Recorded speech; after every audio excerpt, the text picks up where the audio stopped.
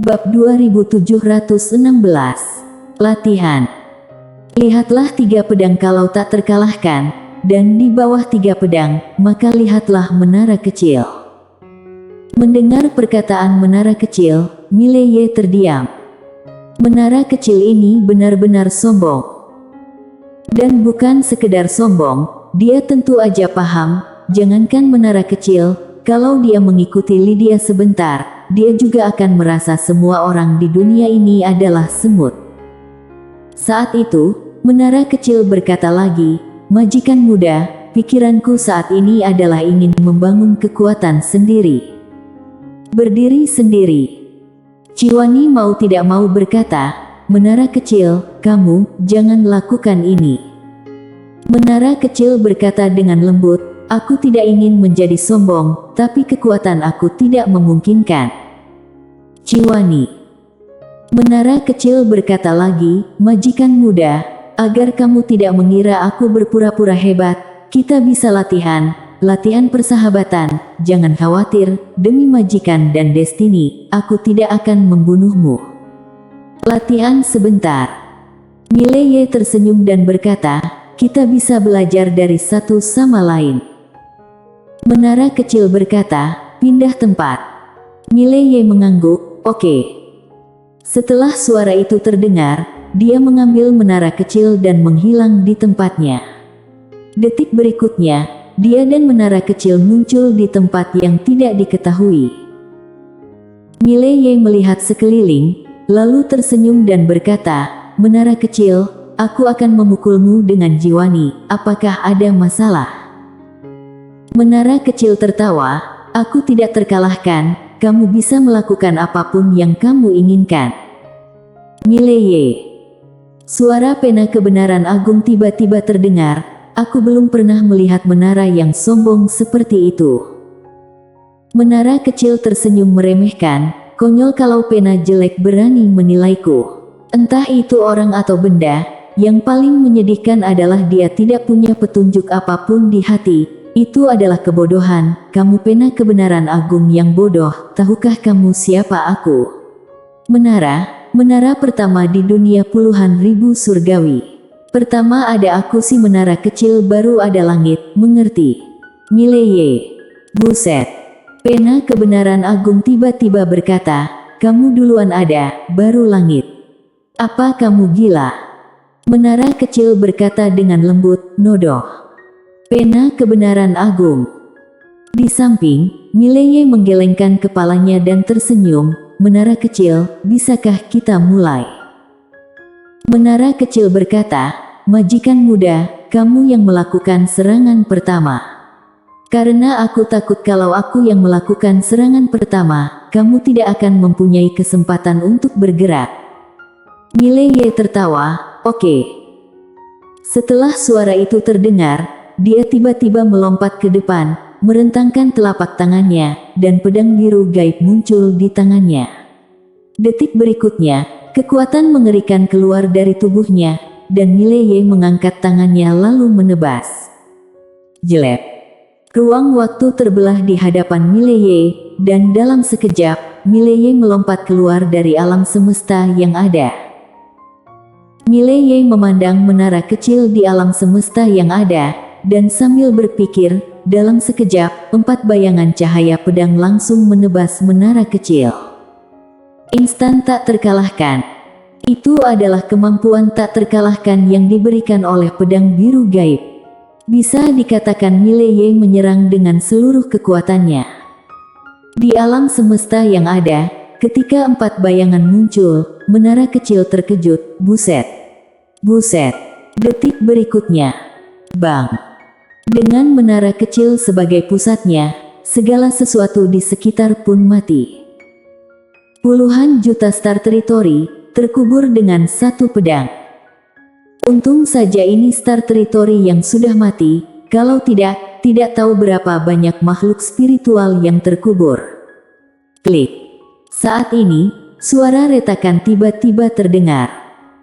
Seluruh badan menara kecil semakin banyak retak. Dalam sekejap seluruh badan menara kecil tertutup retakan, sungguh menakutkan. Saat ini, Mileye muncul di depan menara kecil, dan menara kecil berkata dengan gemetar, "Majikan muda, kamu serius?" Mileye tersenyum dan berkata, "Menara kecil, maafkan aku tidak menyangka kamu begitu rapuh. Untung aku hanya mengerahkan 20% kekuatanku, kalau masih ada sedikit lagi, kamu akan..." Dia tidak melanjutkan pembicaraan. Menara kecil. Mileye berjalan menuju menara kecil, melihat menara kecil yang retak, dan mendesah dengan suara pelan, "Menara kecil, kenapa kamu begitu lemah?" Menara kecil. Mileye menggelengkan kepalanya dan menghela nafas. "Ih, aku menghargai idemu, pergilah dan bangun kekuatanmu sendiri. Lagi pula, sepertinya tidak ada gunanya kamu mengikutiku sekarang. Hati-hati." Setelah berbicara, dia berbalik dan pergi. Di tempat itu, menara kecil ragu-ragu, lalu berkata, "Majikan muda, aku hanya bercanda, aku..." Mileye telah menghilang di kejauhan. Menara kecil. Mileye kembali ke Akademi Guanxuan, lalu berbaring di kursi dengan kaki bersilang sambil membaca buku. Selama beberapa hari terakhir, dia semakin gemar membaca.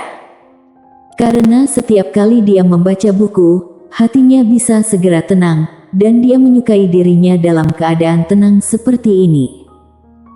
Saat itu, Jiwani tiba-tiba berkata, "Majikan muda, menara kecil memang sombong sekali. Tapi tidak ada niat buruk." Jiwani tetap tidak ingin Mileye melepaskan menara kecil, karena dia sudah mengenal menara kecil sejak lama, dan mereka bisa dibilang sebagai sahabat sejati, meski menara kecil seringkali sangat sombong. Mendengar perkataan Jiwani, Mileye meletakkan buku kuno di tangannya dan tersenyum, "Aku tahu." Jiwani terkikik, "Majikan muda sengaja memukulnya, kan?" Mileye melirik pedang biru gaib dan berkata sambil tersenyum, "Jiwani, kamu lebih pintar sekarang." Jiwani berkata, "Majikan muda, aku sebenarnya merindukanmu, dan menara kecil juga." Di Bima Sakti, dia sering membicarakan majikan muda. "Pokoknya, senang bertemu denganmu." Mileye tersenyum tipis, "Aku juga sangat senang bertemu kalian." Dia tentu saja tidak marah dengan menara kecil. Menara kecil sudah berkali-kali berjuang hidup dan mati bersamanya. Bagaimana dia bisa marah dengan menara kecil untuk masalah sepele seperti itu? Saat ini, Kuila datang dari samping. Dia berjalan ke depan Mileye, lalu menyerahkan teh di tangannya kepada Mileye dan tersenyum tipis, "Kak, minum teh." "Kakak." "Bukan tuan muda kakak." Mileye melirik ke arah Kuila. Dia tersenyum tipis, lalu bangkit, dan berkata dengan lembut, "Duduklah di sebelahku." Kuila mengangguk, lalu duduk di samping Mileye. Tangannya memeluk lengan Mileye secara alami. Mileye tersenyum ringan, "Gadis, apakah kamu lelah akhir-akhir ini?" Kuila menggelengkan kepalanya, "Tidak lelah." Mileye menoleh untuk melihat ke arah Kuila, dan Kuila berkedip, "Ada apa?" Mileye tersenyum tipis, ternyata sudah alam dewa kuno agung. Sudut mulut Kuila sedikit terangkat, "Hebat kan?" Mileye berkata dengan serius, "Sangat hebat." Senyuman cerah tiba-tiba muncul di wajah Kuila, sangat bahagia. Mileye dengan lembut mengusap kepala kecil Kuila, dan berkata sambil tersenyum, "Kapan kamu akan mencapai alam dewa leluhur?" Kuila berkedip, "Aku tidak akan memberitahumu." Mileye memutar matanya.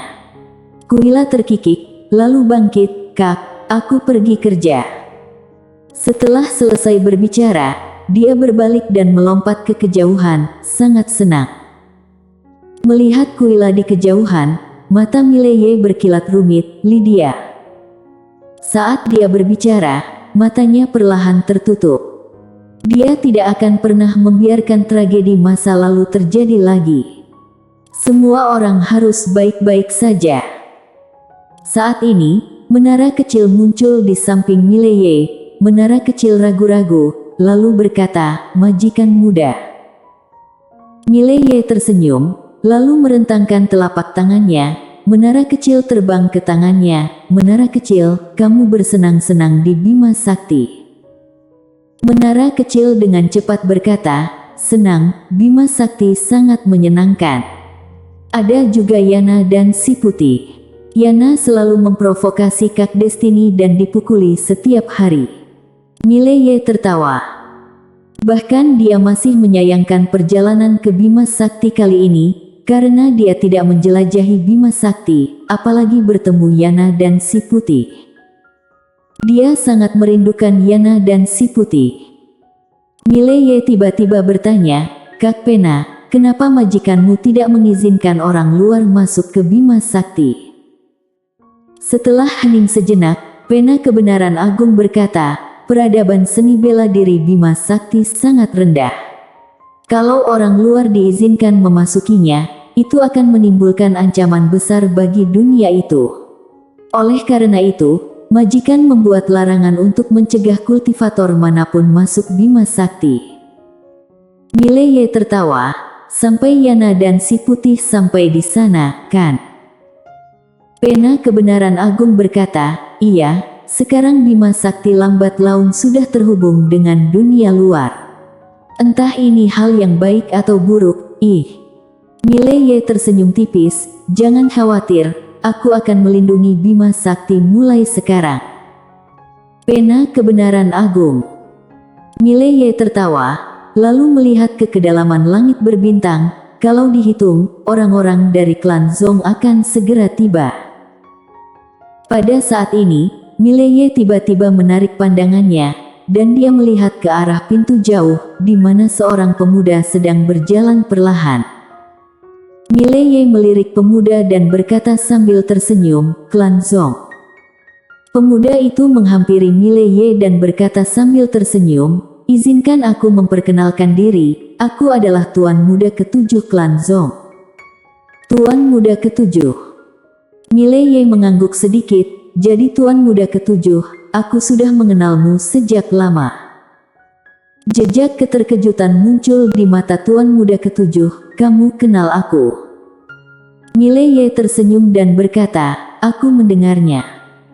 Tuan Muda ke-7 sedikit tertarik, "Dari mana kamu mendengarku?" Mileye terdiam. "Kamu bodoh, aku hanya bersikap sopan, kamu mengajukan begitu banyak pertanyaan." Mileye tersenyum tipis, "Tuan Muda ke-9 mengatakannya sebelumnya, katanya hanya ada satu orang di klan yang bisa mengancam posisinya sebagai calon kepala keluarga, dan itu adalah kamu, Tuan Muda ke-7, Tuan Muda ke-7 tak terkalahkan." Tuan Muda ke-7 tertawa, "Adik aku yang ke-9, walaupun dia agak bodoh, tapi cukup jujur." Sambil berkata begitu, dia duduk di depan Mileye, lalu tersenyum dan berkata, "Mileye, aku sudah menyelidikimu, dan aku tahu ada 2 kultivator pedang misterius di belakangmu. Satu adalah pria berbaju biru, dan yang lain adalah seorang wanita yang mengenakan rok polos, kan?" Mileye mengangguk, "Ya." Tuan Muda ke-7 tersenyum dan berkata, "Keduanya adalah ketergantungan terbesar kamu, bukan?" Mileye berpikir sejenak, lalu berkata dengan jujur, "Betul." Tuan Muda ke-7 menatap Mileye, "Aku ingin bertemu mereka." Mendengar ini, Mileye tercengang. Tuan Muda ke-7 tersenyum kecil, "Kamu terlihat kaget." "Aku ulangi, aku ingin bertemu dengan mereka."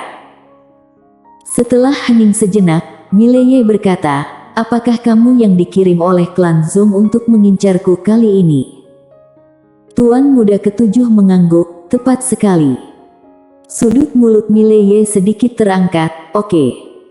Tuan Muda ke-7 mengernyit sedikit, "Maksudmu?" Mileye berkedip dan berkata sambil tersenyum, "Aku paling suka tipe musuh sepertimu." Bersambung.